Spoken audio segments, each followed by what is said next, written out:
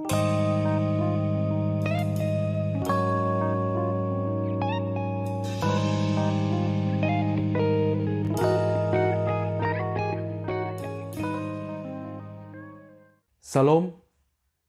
anak-anak hebat.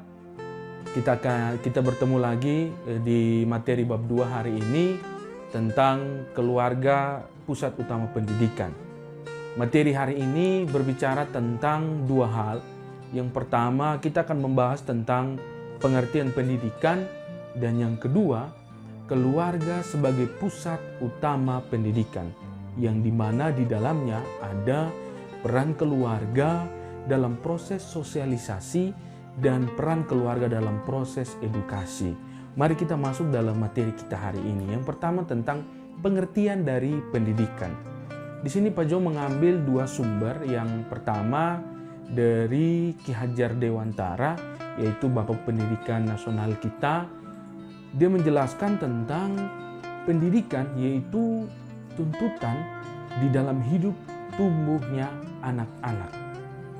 Adapun maksudnya, yaitu pendidikan menuntun segala kekuatan kodrat yang ada pada anak-anak itu, agar mereka sebagai manusia dan sebagai anggota masyarakat dapat mencapai keselamatan dan kebahagiaan yang setinggi-tingginya.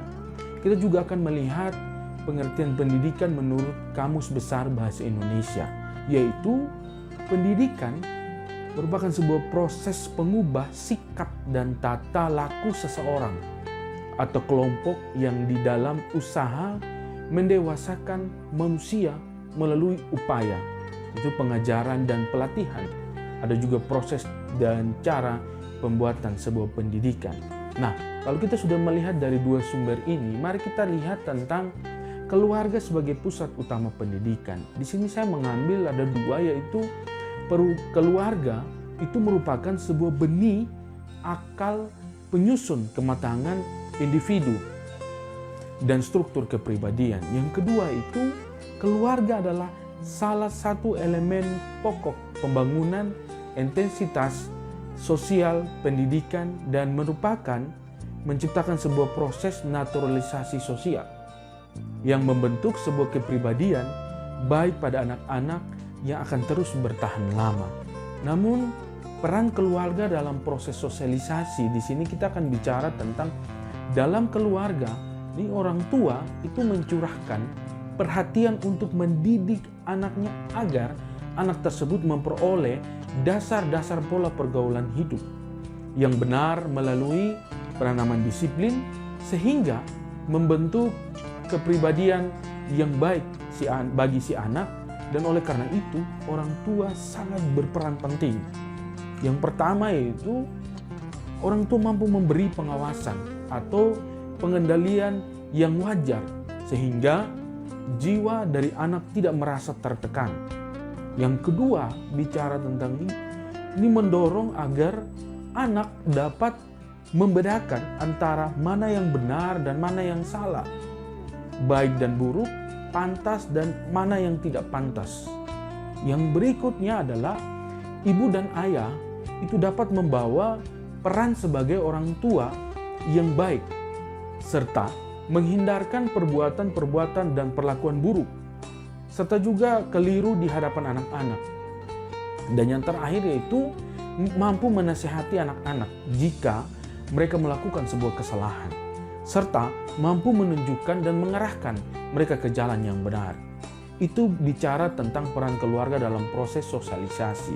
Kalau kita bicara lagi tentang peran keluarga dalam proses edukasi, di sini orang tua sebagai lingkungan pertama dan utama di mana anak berinteraksi. Ya, sebagai lembaga pendidikan yang tertua, artinya disinilah sebuah proses pendidikan. Sehingga orang tua itu berperan sebagai pendidik bagi anak-anaknya. Nah, lingkungan keluarga juga dikatakan lingkungan yang paling utama karena sebagian besar kehidupan anak-anak di dalam keluarga, sehingga pendidikan yang paling banyak diterima anak adalah di dalam keluarga. Dan kita akan lihat juga tentang fungsi keluarga dalam proses edukasi. Di sini orang tua itu harus bekerja sama dengan sekolah. Dan sikap anak terhadap sekolah itu sangat dipengaruhi oleh sikap orang tua terhadap sekolah, sehingga sangat dibutuhkan kepercayaan orang tua terhadap sekolah yang menggantikan tugasnya selama di ruang sekolah. Ada juga orang tua harus memperhatikan sekolah anak, yaitu dengan memperhatikan pengalaman-pengalamannya dan menghargai segala usahanya.